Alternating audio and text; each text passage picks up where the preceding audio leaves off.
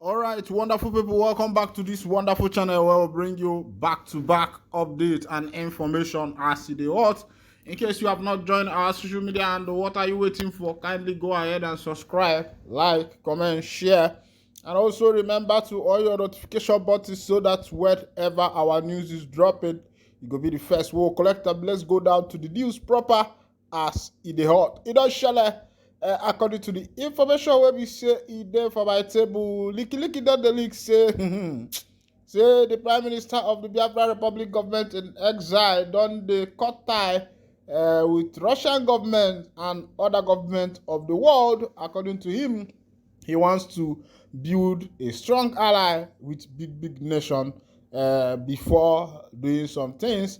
Of course, you know that during the 1967 to 1970 Civil War, remember that Odumegwu Ojukwu, who was the head of state in Biafra, then I think one of the mistakes he made during that war was that he neglected,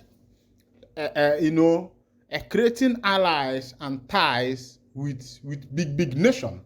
And of course, you know that the British nation and the USSR was solidly behind the Nigerian government while the Civil War was ongoing, and the USSR and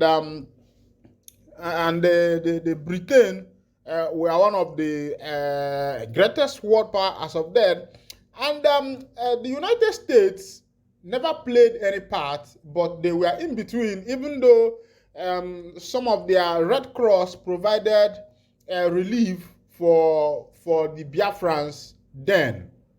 But that was not enough because millions of people died due to hunger, starvation, and kwashiorkor.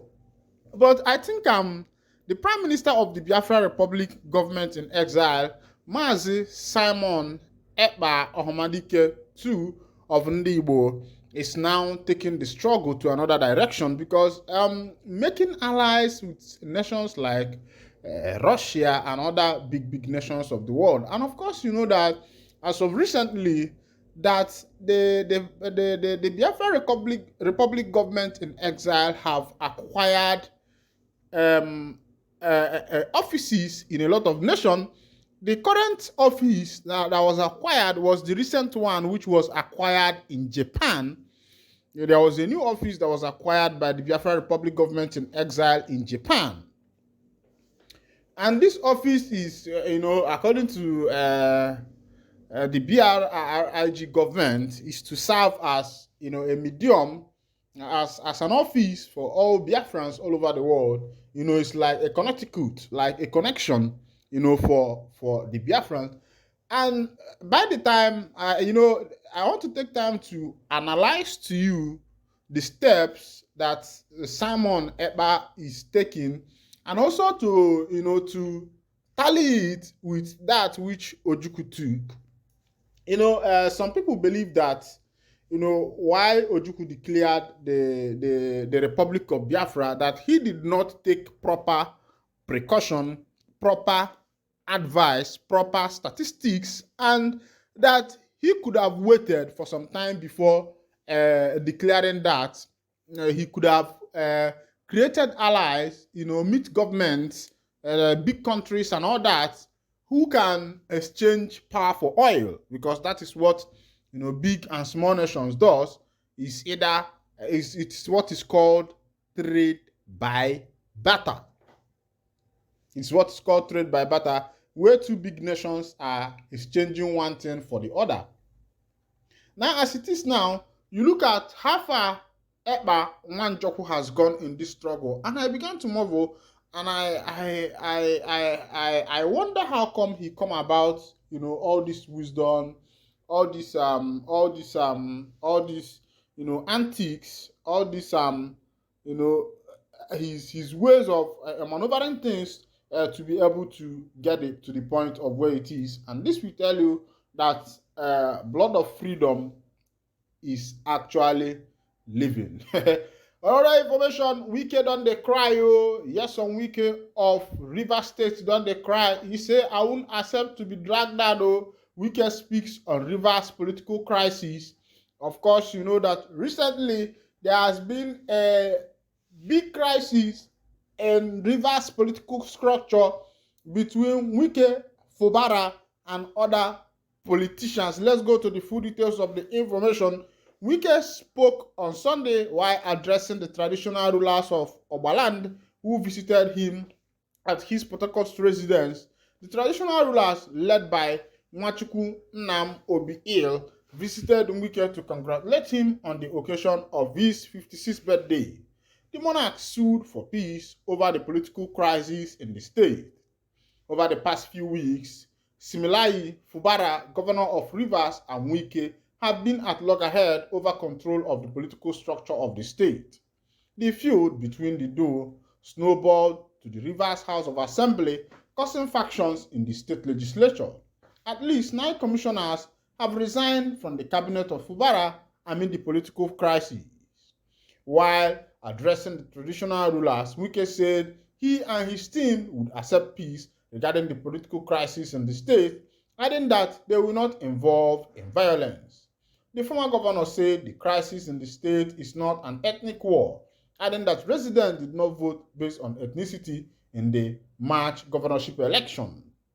No politician will fold his hands and allow himself to be dragged down, Wike said.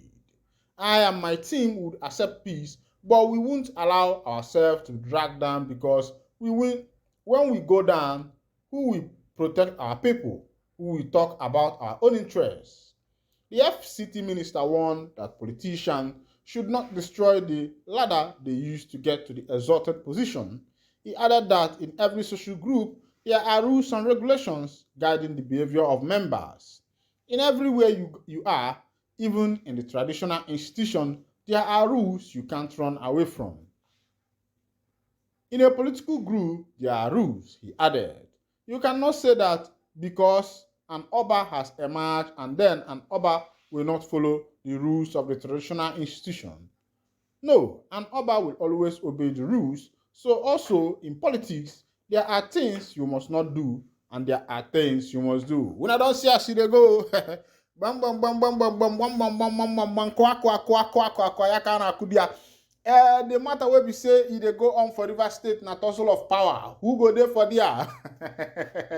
Oga Wike, you one day Abuja still there for River State at the same time. Of course, you know these politicians power they sweet them like sugar. Power they sweet them. Power they get us power they do them. You get us power they manage them. But make una they take time maka onya chicha ogiagala. But I want Nigerian politicians to abort this ideology of if you come into politics, you would want to by all means destroy whatever any other person has built, and you would want what you yourself have built alone to stand, which is not possible. And this is why Africa has been very bad. Africa is still the third world country. If you don't know, because this governor will come in, destroy the whatever legacy the other person has left, create his own legacy.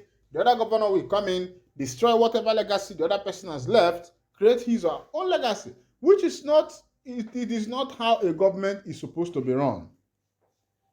A government is supposed to be that when you, after your own policy, it is supposed to be a general, it does not even supposed to be a private policy. It is supposed to be a general policy that everybody is supposed to key in so that the nation can be built. Because if it is a general policy, it is a particular vision that the nation is after, and every governor or president that comes in must key into it. And that is why America is great today. That is why Russia is great. That is why Britain is great, because they have set a blueprint for themselves and they have not gone down to do anything except following the blueprint they have set for themselves. Meanwhile, as it be, you don't know how you can go, and I hear I go to wind down the curtain. And if this is your first time of joining us on this wonderful channel, kindly go ahead and subscribe, like, comment, share, and also remember to on your notification button so that whenever our news drop, you will be the first one to collect them. Thank you for listening. God bless you.